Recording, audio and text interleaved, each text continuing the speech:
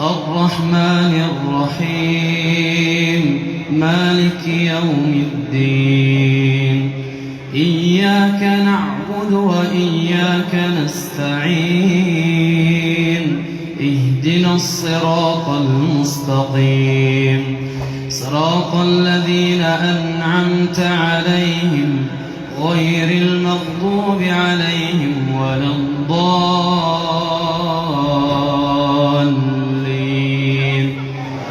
آمين.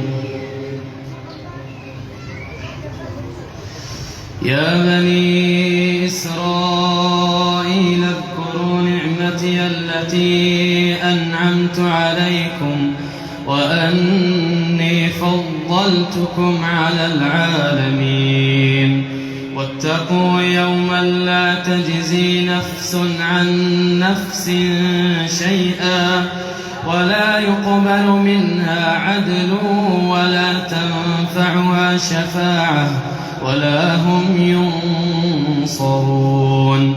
وإذ ابتلى إبراهيم ربه بكلمات فأتمهن قال إني جاعلك للناس إماما قال ومن ذريتي قال لا ينال عهد الظالمين. وإذ جعلنا البيت مثابة للناس وأمنا واتخذوا من مقام إبراهيم مصلى وعهدنا إلى إبراهيم وإسماعيل أن طهرا بيتي للطائفين والعاكفين والركع السجود. وإذ قال إبراهيم رب اجعل هذا بلدا آمنا وارزق أهله من الثمرات من آمن منهم بالله واليوم الآخر قال ومن كفر فأمتعه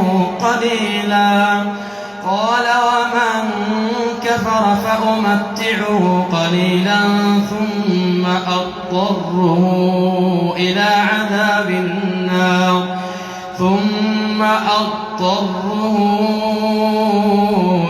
عذاب النار وبئس المصير. وإذ يرفع إبراهيم القواعد من البيت وإسماعيل ربنا تقبل منا إنك أنت السميع العليم ربنا وجعلنا مسلمين لك ومن ذريتنا أمة مسلمة لك وأرنا مناسكنا وتب علينا إنك أنت التواب الرحيم. ربنا وابعث فيهم رسولا منهم يتلو عليهم آياتك ويعلمهم الكتاب والحكمة ويزكيهم إنك أنت العزيز الحكيم. ومن يرغب عن ملة إبراهيم إلا من سفه نفسه ولقد اصطفيناه في الدنيا وإنه في الآخرة لمن الصالحين. إذ قال له ربه أسلم قال أسلمت لرب العالمين.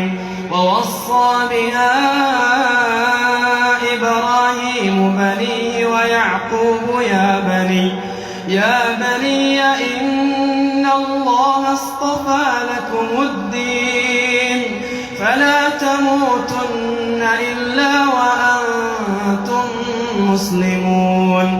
أم كنتم شهداء إذ حضر يعقوب الموت إذ قال لبنيه ما تعبدون من بعدي قالوا نعبد إلهك وإله آبائك إبراهيم وإسماعيل وإسحاق إلها واحدا ونحن له مسلمون تلك أمة قد خلت لها ما كسبت ولكم ما كسبتم ولا تسألون عما كانوا يعملون.